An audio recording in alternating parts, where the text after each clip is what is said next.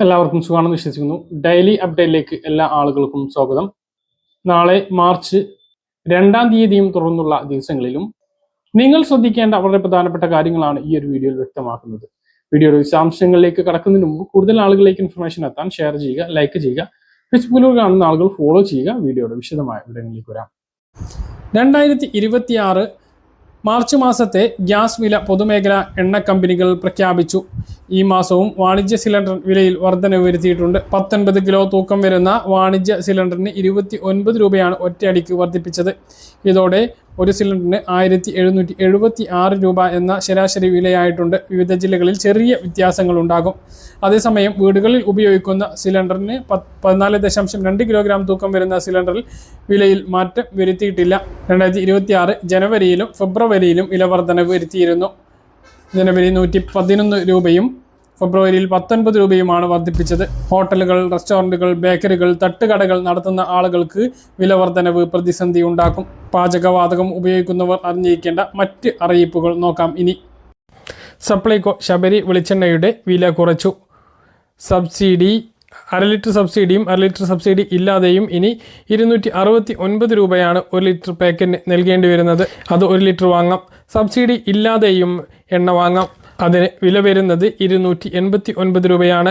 2 ഇനത്തിലും 20 രൂപയുടെ കുറവാണ് വരുത്തിയിട്ടുള്ളത്. ഓരോ റേഷൻ കാർഡുള്ളവർക്കും ഇത് ഉൾപ്പെടെയുള്ള സബ്സിഡി സാധനങ്ങൾ സപ്ലൈകോയിൽ നിന്നും വാങ്ങാവുന്നതാണ്. സംസ്ഥാനത്ത് നാളെ റേഷൻ കടകൾ അവധിയാണ്. ചൊവ്വാഴ്ച മുതലാണ് സംസ്ഥാനത്ത് മാർച്ച് മാസത്തെ റേഷൻ വിതരണം ആരംഭിക്കുക എങ്കിലും ആറ്റുകാല പൊങ്കാല മഹോത്സവത്തോടനുബന്ധിച്ച് തിരുവനന്തപുരം ജില്ലയിൽ ചൊവ്വാഴ്ചയും റേഷൻ കടകൾ അവധിയായിരിക്കും. പൊതു അവധിയാണ് ചൊവ്വാഴ്ച തിരുവനന്തപുരം ജില്ലയിൽ മാത്രം. ബാക്കിയുള്ള എല്ലാ ജില്ലകളിലും റേഷൻ കടകൾ ചൊവ്വാഴ്ച മുതൽ തുറന്ന് പ്രവർത്തിക്കും. മാർച്ച് മാസത്തെ റേഷൻ വിതരണം ആരംഭിക്കുകയും ചെയ്യും. അമേരിക്ക, ഇസ്രായേൽ, ഇറാൻ സംഘർഷം രൂക്ഷമായതിനെ തുടർന്ന് ആഗോള വിപണിയിൽ എണ്ണവില കുത്തനെ ഉയരുമെന്ന് റിപ്പോർട്ട്. മധ്യേഷ്യയിലെ യുദ്ധഭീതി കാരണം ക്രൂഡ് ഓയിൽ വിതരണം തടസ്സപ്പെടുമെന്ന ആശങ്കയിലാണ് വില വർദ്ധിക്കുന്നത്. വിപണിയിൽ ബ്രാൻഡ് ക്രൂഡ് ഓയിൽ വില $70 മുകളിലാണ് ഇപ്പോൾ വ്യാപാരം നടക്കുന്നത്. ഹോർമൂസ് കടലിടുക്ക് അടച്ചതുകൊണ്ട് തന്നെ ഇതുവഴിയുള്ള കപ്പൽ ഗതാഗതം പൂർണ്ണമായും നിലച്ചിട്ടുണ്ട്. ലോകത്തെ 80% എണ്ണ ചരക്ക് നീക്കം നടക്കുന്ന കടലിടുക്കാണിത്. യുദ്ധം ഉടനെ അവസാനിച്ചില്ല എങ്കിൽ ഇന്ത്യയിൽ വലിയ തോതിൽ തന്നെ എണ്ണ വില ഉയരും. 2 ആഴ്ചക്കകം യുദ്ധം നീളുകയാണ് എങ്കിൽ നമ്മുടെ രാജ്യത്ത് 20 മുതൽ 50 രൂപ വരെ പെട്രോൾ, ഡീസൽ വിലയിൽ വർധനവ് ഉണ്ടായേക്കും എന്ന് വിദഗ്ധർ പറയുന്നു. യുദ്ധഭീതി നിലനിൽക്കുന്ന സാഹചര്യത്തിൽ വിവിധ രാജ്യങ്ങളിലെ ഇന്ത്യൻ എംബസി നമ്പറാണ് സ്ക്രീനിൽ കാണിച്ചിട്ടുള്ളത്. ഗൾഫ് മേഖലയിൽ സംഘർഷം തുടരുന്ന സാഹചര്യത്തിൽ പശ്ചിമേഷ്യൻ രാജ്യങ്ങളിലെ കേരളീയരായിട്ടുള്ള മലയാളികൾക്കായി നോർക്ക ഹെൽപ്പ് ഡെസ്ക് ആരംഭിച്ചു. മുഖ്യമന്ത്രിയുടെ ഓഫീസിൻ്റെ നിർദ്ദേശപ്രകാരമാണ് നോർക്ക റൂട്ട്സ് ഹെൽപ്പ് ഡെസ്ക് പ്രവർത്തനം ആരംഭിച്ചത്.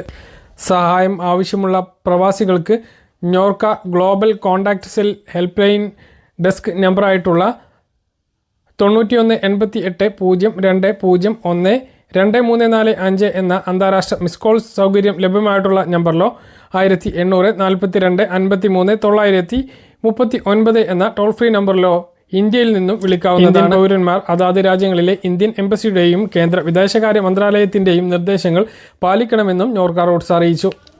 യുദ്ധഭീതിയിൽ സ്വർണ്ണവില കുതിക്കുകയാണ്. ഇറാനിൽ ഇസ്രായേലും US-ഉം ആക്രമണം തുടരുന്നതിന് പിന്നാലെ സ്വർണത്തിൽ വലിയ വർധനവാണ് ഇന്നും രേഖപ്പെടുത്തിയിട്ടുള്ളത്. സാധാരണഗതിയിൽ ഞായറാഴ്ച സ്വർണ്ണവിലയിൽ മാറ്റം വരാറില്ല.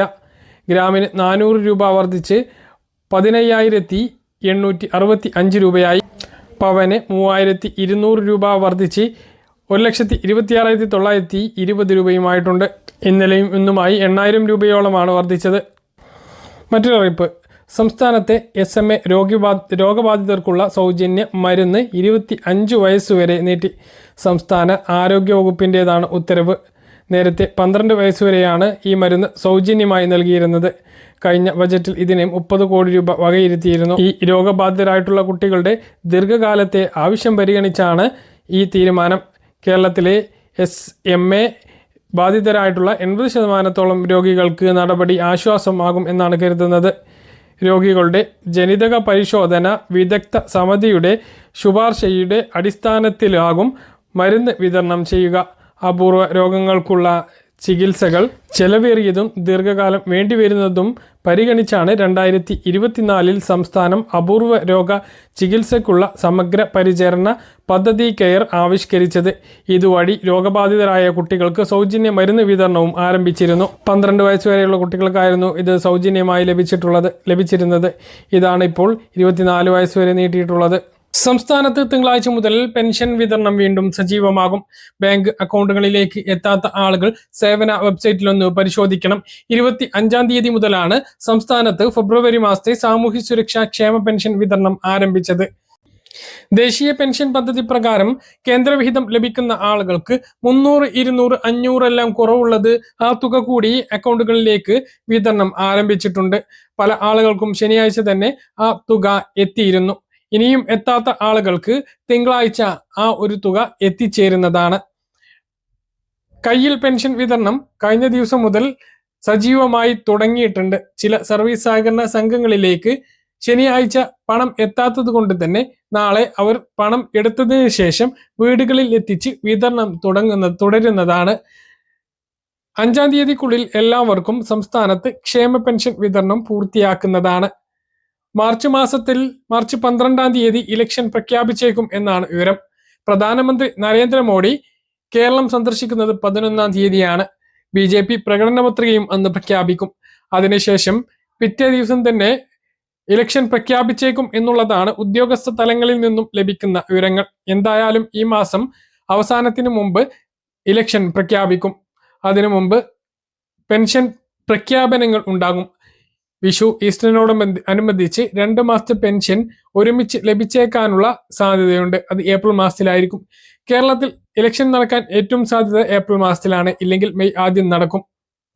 സ്ത്രീ സുരക്ഷാ പെൻഷൻ മാർച്ച് മാസത്തേതിന്റെ വിതരണം മാർച്ച് 10-ന് ശേഷം നടപടികളുണ്ടാകും. മാർച്ച് 20-ന് മുമ്പ് സ്ത്രീകൾക്ക് പെൻഷൻ ലഭിക്കും. 10 ലക്ഷത്തോളം ആളുകൾക്കാണ് ആദ്യഘട്ടത്തിൽ വിതരണം ചെയ്തത് എങ്കിൽ 15 ലക്ഷത്തിലധികം ആളുകൾക്ക് 2-ാം ഘട്ടത്തിൽ സ്ത്രീ സുരക്ഷാ പെൻഷൻ 1000 വിതരണം ചെയ്യും. സംസ്ഥാനത്ത് മാർച്ച് മാസത്തെ സാമൂഹ്യ സുരക്ഷാ പെൻഷൻ 25-ന് ശേഷം തന്നെയായിരിക്കും ഉണ്ടാകുക. ഇതാണ് പെൻഷൻ വിതരണവുമായി ബന്ധപ്പെട്ട് ഏറ്റവും പുതിയ അറിയിപ്പ്. അപ്പോൾ ബാങ്ക് അക്കൗണ്ടുകളിലേക്ക് പെൻഷൻ എത്താത്ത ഒരുപാട് ആളുകൾ ഉണ്ട് എന്ന് കമന്റ് ചെയ്യുന്നു. അങ്ങനെയുള്ള ആളുകൾ തീർച്ചയായിട്ടും സേവന വെബ്സൈറ്റിൽ കയറിയിട്ട് പരിശോധിക്കണം. ആധാർ നമ്പർ വെച്ചോ അല്ലെങ്കിൽ പെൻഷൻ ID നമ്പർ വെച്ചോ ഇതിൽ കയറാവുന്നതാണ്. പെൻഷൻ ID നമ്പർ അല്ലെങ്കിൽ ആധാർ നമ്പർ നൽകുകയും പിന്നീട് വരുന്ന 5 അക്ക കോഡ് അടിച്ചതിന് ശേഷം ഇതിൽ ലോഗിൻ ചെയ്ത് പെൻഷന്റെ എല്ലാ വിവരവും അറിയാം. വിതരണം ചെയ്തിട്ടുണ്ട് എങ്കിൽ അതും, ഇല്ല മുടങ്ങിയിട്ടുണ്ട് എങ്കിൽ എന്തുകൊണ്ടാണ് മുടങ്ങിയിട്ടുള്ളത് എന്നും കാണാൻ സാധിക്കും. വിതരണം ചെയ്തിട്ടും ബാങ്ക് അക്കൗണ്ടിലേക്ക് എത്തിയിട്ടില്ലെങ്കിൽ ബാങ്കുമായിട്ടൊന്ന് ബന്ധപ്പെടാൻ വേണ്ടി ശ്രദ്ധിക്കുക. പറഞ്ഞ കാര്യങ്ങൾ കൃത്യമായിട്ട് മനസ്സിലാണെന്ന് കരുതുന്നു. ഇതുപോലുള്ള ഇൻഫർമേഷനുകൾക്ക് ഫോളോ ചെയ്യുക, സബ്സ്ക്രൈബ് ചെയ്യുക. മറ്റൊരു വീഡിയോയുമായി നമുക്ക് വീണ്ടും കാണാം. ഇതുവരെ